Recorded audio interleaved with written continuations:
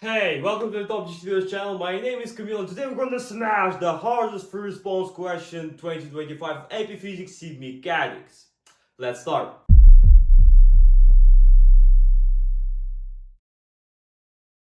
Of course, we're going to start with the problem statement. In scenario 1, a system composed of two springs A and B and a block of mass M as at rest and a horizontal surface. Friction between the block and the surface is negligible. Keep that in mind, and that's very important. Each spring is attached to a fixed wall and the block as shown in figure 1.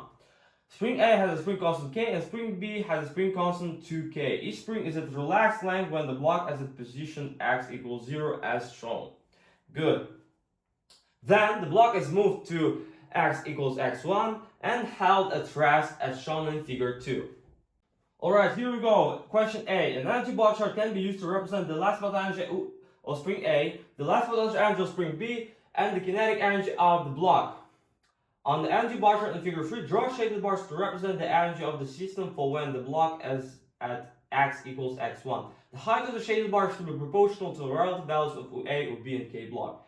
Any energy that's equal to 0 should be represented by a distinct line on the 0 energy line. Great. So the question A is fairly simple. Once we recall that we can find the elastic potential energy as kx squared divided by 2. But of course, strictly speaking, we have here delta x, not x. Yeah, and but the reason why we can use it now like that, yeah, that just x, is that delta x here is displacement of the end of the spring. So where x final minus x initial, there x initial is the equilibrium position, and we set the origin of our coordinate system at their relaxed length. So therefore we can easily use this, and it's correct, and absolutely correct. So as a result, we can write this for the last potential energy of spring A. And for spring B, we'll have exactly the same, but 2K here. So, and we now see that UB is exactly twice as large as UA. So, if I, for example, take 1 unit for UA, this is my choice, my decision. Yeah, I can take it 1 unit. And then I just have to draw twice as large as UA. So 2 units here. Easy. So if we talk about K block, it's even simpler. It's just 0. 0. Look at our problem statement. All that system is held at rest at x equals x1. Held at rest, there is no velocity, so it's 0. Distinct line. That's all. Alright, we move further to question B. The block is released from rest at position x1 and begins to oscillate. Derive an expression for the speed d of the block as the block passes through position 1/2 x1. Express your answers in terms of mass, spring constant, x1, and physical constants as appropriate. Begin your derivation by writing a fundamental physics principle or an equation from the reference information. Great! So, honestly, we can tackle this problem in a couple of ways, but it would be ridiculous, I think, to not use the law of conservation of energy. I mean, we have here a perfect isolated system. There's no friction. Let's just use it. And we'll write E total at, let's write x1 equals E total at 1/2 x1. And it's absolutely correct. Great. Now, what is E total at x1? Of course, that's the sum of the elastic potential energy of spring A at x1 the last potential spring B at x1, and what? And kinetic energy of the block at x1, K block at x1. That is 0, of course, but doesn't matter. Okay, the same for E total at 1/2 x1, and absolutely the same. Let's just write it.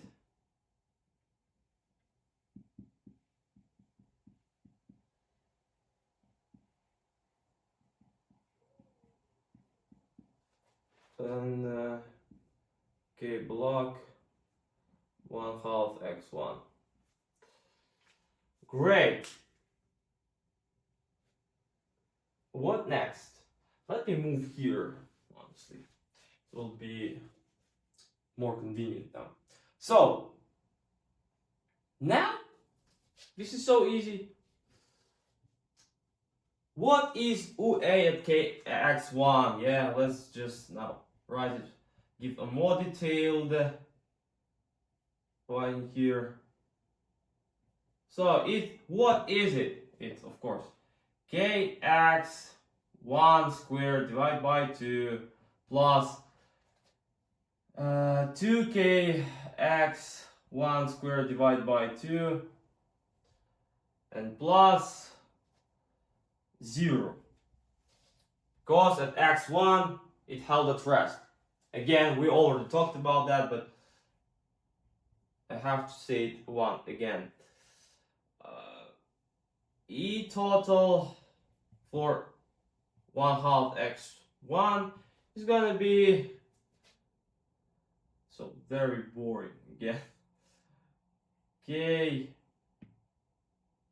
1/2 squared is gonna be 1/4, and it would be the 8 here, plus 2k 1/2 squared again.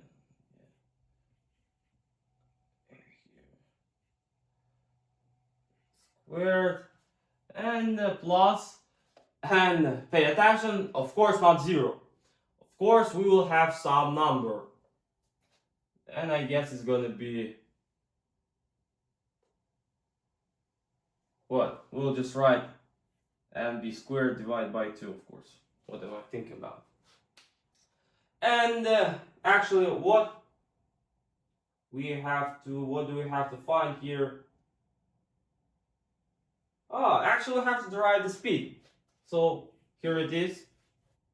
Yeah, we're moving in the correct direction. So, and we can write that kx squared divided by 2 x1 plus 2k x1 squared divided by 2 plus 0 equals kx1 squared divided by 8 plus kx1 squared divided by 4 and plus mb squared divided by 2. I would really multiply both sides by 8. Honestly, I really hate fractions, so let's get here 4kx1 squared plus 8kx1 squared equals kx1 squared plus 2kx1 squared plus 4mv squared. And we are very close to our final answer. Let's just calculate. We'll have 12kx1 squared minus 3kx1 squared, and it equals 4mv squared.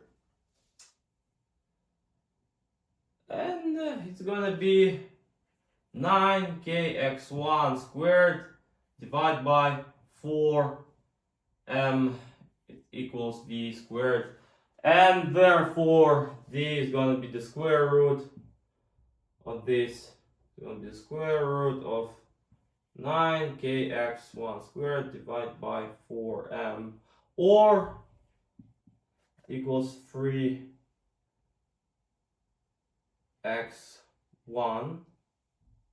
divided by 2 times the square root of k divided by m.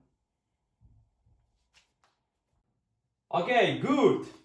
Question C. In scenario 1, the block oscillates with period t. The position x of the block in scenario 1 as a function of time t is shown in figure 4. In scenario 2, the block spring system is placed on a new surface. There is a friction between the block and the new surface. So now, the important difference between them is there is a friction. Pay attention here.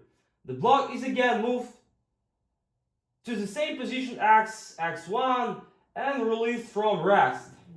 The block completes multiple oscillations with the same period as in scenario 1 before coming to rest. On the axis shown in figure 5, it means here, sketch a graph of the kinetic energy K of the block as a function of t for scenario 2. Oh, of course, kinetic energy. That's important. Great! Now, guys, this graph is not just for nothing. There is a concrete reason why you have it. Now, yeah, let's just for a moment imagine we don't have a friction. So, what our graph would be like with no friction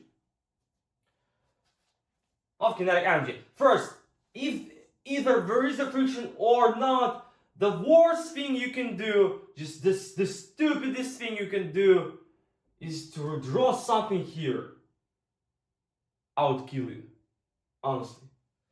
It's just the worst thing you can do, because of course the kinetic energy is energy, and it can be negative. Never ever draw something under this line. So this is the first important thing. Second, now as I said, let's imagine there is no friction and just draw a kinetic energy time graph with assumption that there is no friction. What it would be like? Okay, we'll start with position x1. Yeah, so at time 0, we at position x1. Held at rest. What does it mean? There is no speed. 0. Good. So kinetic energy 0 at that point. Next key point is gonna be 1/2 of period. 1/2 period. So it's gonna be, yeah, oscillations. What is that? It's motion, like back and forth. And period is the time when we come here and then back. So 1/2 period means that we are going to be at that point, at this position. And we will have also 0 velocity there. So at this point we also have 0 kinetic energy. Like, if you understand, applying the same logic, we'll have 0 here, 0 here, 0 here, 0 here. And I guess it's not hard to understand that the graph will be something like that. The only problem I have is, of course, that they all have to be the same height.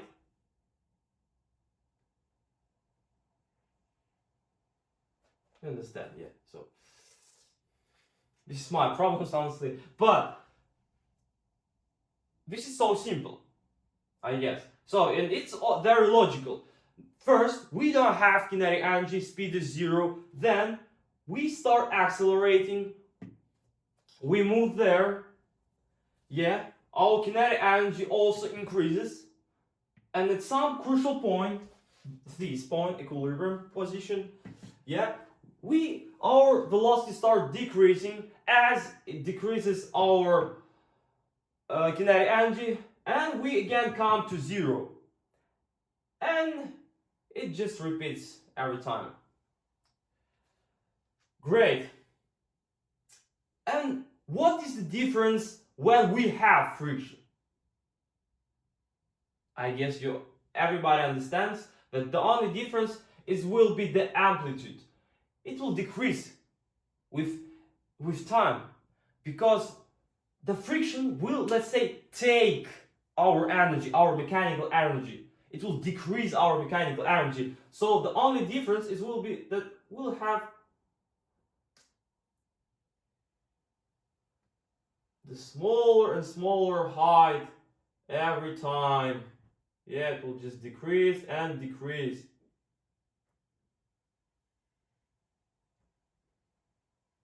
Let's write something like that. And until you understand, until zero there somewhere. At some point of time, it will be zero. Great, the last question. In scenario 3, the block is replaced with a new block of a larger mass. The coefficient of kinetic friction between the new block and the surface in scenario 3 is the same as the coefficient of kinetic friction between the original block and the surface in scenario 2. So in fact, the only thing that will change is there's going to be some huge block. At least it's bigger. I don't know how huge it is, but so the new block is moved to position x1 and released from rest. Absolutely the same. The kinetic energy of the new block is plotted as a function of time. Describe how one feature of the graph of k as a function of t in scenario 3 would differ from the graph you draw in figure 5 from scenario 2. Yeah, I copied that graph here.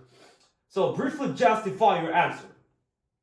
Of course, we have to look at two effects from the change of our mass. First one, of course, the period of our oscillations. Anyway, either there is a friction or not, we don't care. We have a simple harmonic oscillator.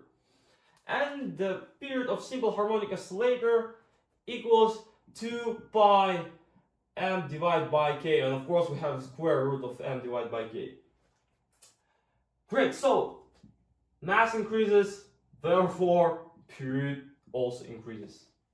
Very simple. And so I already gave you the first answer, yeah, and it's enough to get your points because they ask you only for one feature, but I'm very generous, man, so I will give you the second effect.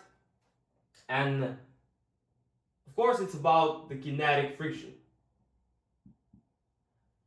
and it equals coefficient mu kinetic times mg here, because of course here we only have the normal force and mg. Great. And so again, the mass will change, it will increase, so our friction force also will increase. What happens next? Of course, with increase of our friction force, it will just, it will just take our energy, our mechanical energy more. So dissipation of our energy will happen faster. Yeah, our peaks will decrease faster. So I mean, if for example we had somewhere this graph here, then here we will have something like lower and lower and lower and lower. It will just, I don't know, it will come to zero to rest. It will come at rest at some, I don't know, maybe 2t. But in our previous situation, it would come there at, for example, 6t. I don't know. It's just, we don't have numbers, exact numbers here. I'm just telling you the logic. So, because we have here, and of course the reason of course, the change of our kinetic friction force, it will only make our energy decrease faster.